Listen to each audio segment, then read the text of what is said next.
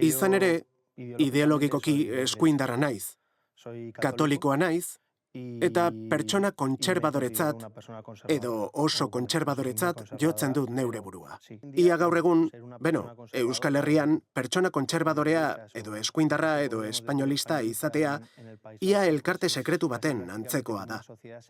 Inoiz ez dakizu ondo zer kontatu, nola kontatu, zer esan, erabat ezagutzen ez duzun pertsona batekin hitz egiten duzunean. Zein da frankismoaren herentzia?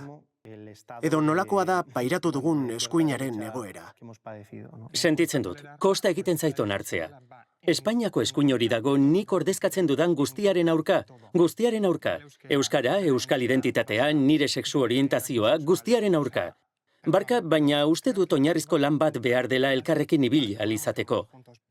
Izan ere, ideologikoki eskuindarra naiz, katolikoa naiz, eta pertsona